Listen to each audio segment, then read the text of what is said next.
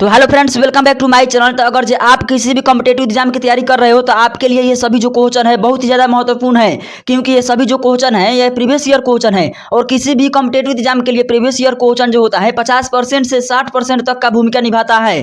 तो इसीलिए अगर जो आप दिल से कॉम्पिटेटिव एग्जाम की तैयारी कर रहे हो तो बिना एक भी क्वेश्चन को मिस किए हुए ध्यान से देखिएगा। अगर जो आपको क्वेश्चन सभी याद होगा तो आप लोग रिविजन करने की कोशिश कीजिएगा, और अगर जो याद नहीं होगा तो आप लोग वीडियो को थोड़ा रोक करके और 2-3 बार रटने की कोशिश कीजिएगा। अगर जो आप रटेंगे तो आराम से याद हो जाएगा। चलिए, पहला क्वेश्चन है, संसद पर आतंकवादी हमला कब हुआ था? तो इसका पहला का सही उत्तर हो जाएगा 13 दिसंबर 2001 को संसद पर आतंकवादी हमला हुआ था। 2 नंबर क्वेश्चन में दिया गया है, अनुवांशिकी के नियमों का प्रतिपादन किसने किया था? तो अनुवांशिकी के नियमों का प्रतिपादन ग्रेगर जॉन मेंडल ने किया था। तो इसका सही उत्तर हो जाएगा मेंडल। चलिए, 3 नंबर क्वेश्चन में दिया गया है, बंगाल का विभाजन किसके शासनकाल में हुआ था? तो बंगाल का विभाजन लॉर्ड कर्जन के शासनकाल में हुआ था। तो इसका सही उत्तर हो जाएगा लॉर्ड कर्जन। 4 नंबर क्वेश्चन में है, कुषाणों का निवास स्थान कहाँ था? यानी कुषाण जो थे निवास स्थान उनका कहाँ था, यानी कहाँ से वो आए थे भारत में? तो इसका सही उत्तर हो जाएगा उत्तर पश्चिम चीन, यानी कि नॉर्थ वेस्ट चीन। 5 नंबर क्वेश्चन है, साइलेंट वैली परियोजना किस राज्य में स्थित है? तो साइलेंट वैली जो परियोजना है वो केरल राज्य में स्थित है। और केरल का राजधानी कहाँ है? तो केरल का राजधानी है तिरुवनंतपुरम। और केरल में सबसे ज़्यादा क्या पाया जाता है? तो वहाँ पर सबसे ज़्यादा मसाला होता है। मसालों का बगीचा किसे कहा जाता है? तो केरल को ही कहा जाता है। 6 नंबर क्वेश्चन में है, पृथ्वी का एकमात्र प्राकृतिक उपग्रह का नाम क्या है?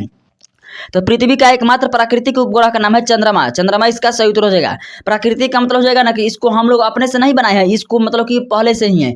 उसके बाद जो मानव बनाता है ना तो उसको मानव निर्मित उपग्रह कहते हैं। चलिए, 7 नंबर क्वेश्चन में दिया गया है कि मैं एक क्रांतिकारी के रूप में कार्य करता हूँ, यह कथन किसका है? तो यह कथन है पंडित जवाहरलाल नेहरू का। तो पंडित जवाहरलाल नेहरू इसका सही उत्तर हो जाएगा। और पंडित जवाहरलाल नेहरू जो थे वो भारत के सबसे पहले प्रधानमंत्री थे। और राष्ट्रपति कौन थे सबसे पहले में? तो वो थे doctor Rajendra Prasad. 8 number question है, पेंसिल का सिक्का यानी कि अंदर का जो नोक बना होता है वो किसका बना होता है? तो इसका सही उत्तर हो जाएगा ग्रेफाइट। इससे एक और क्वेश्चन बनता है कि अगर जो पूछेगा कि जो अधातु होते हुए भी कौन सा ऐसा पदार्थ है जो अधातु होते हुए भी विद्युत का सुचालक होता है? तो वो ग्रेफाइट ही होता है। ग्रेफाइट जो होता है वो अधातु होता है, लेकिन ये विद्युत का सुचालक होता है, यानी कि एक स्थान से दूसरे स्थान तक इससे धारा प्रवाहित हो जाता है। 9 नंबर क्वेश्चन है, महाराष्ट्र की राजधानी का नाम क्या है? तो महाराष्ट्र की राजधानी का नाम है मुंबई। इसका सही उत्तर हो जाएगा मुंबई। मुंबई कहाँ पर स्थित है? तो यह महाराष्ट्र में स्थित है। चलिए आगे देखते हैं। 10 नंबर, भारत की राजधानी दिल्ली से पहले कहाँ थी? तो भारत की राजधानी दिल्ली से पहले थी कलकत्ता। तो कलकत्ता इसका सही उत्तर हो जाएगा। कलकत्ता कहाँ पर स्थित है? तो यह पश्चिम बंगाल में स्थित है, और वेस्ट बंगाल का ही कैपिटल का नाम है कोलकाता। 11 नंबर क्वेश्चन है, राज्य सरकार के लिए राजस्व का सर्वोत्तम स्रोत क्या होता है? तो इसका सही उत्तर हो जाएगा बिक्री कर। बिक्री कर का मतलब हो जाएगा ना कि इनडायरेक्ट टैक्स। अगर जो आप कुछ भी खरीद रहे हो ना तो उस पर टैक्स लगा हुआ है, यानी कि साबुन आप 10 रुपये खरीद रहे हो तो उससे से आपको 1 रुपये सरकार को दे रहे हो या 2 रुपये सरकार को दे रहे हो। कैसे? क्योंकि कंपनी से सरकार लेती है, कंपनी आपको कोई भी सामान महंगा देता है, काहे से कि उस पर सरकार टैक्स ले रही है, इसलिए ये सब एक श्रृंखला के रूप में बना हुआ है। 12 नंबर क्वेश्चन है, भारत का 28वां राज्य कौन सा बना था? तो इसका सही उत्तर हो जाएगा झारखंड। झारखंड जो था भारत का 28वां राज्य बना था। चलिए गाइज, 13 नंबर क्वेश्चन में देखते हैं। तो 13 नंबर क्वेश्चन है कि भारतीय राष्ट्रीय कांग्रेस के संस्थापक कौन थे? तो इसका सही उत्तर हो जाएगा A.O. ह्यूम। और कब स्थापना किया गया था? तो इसका सही उत्तर हो जाएगा 1885 ईस्वी में। 14 नंबर क्वेश्चन है, ध्वनि का अधिकतम गति किस में होता है? तो ध्वनि का अधिकतम गति होता है इस्पात में।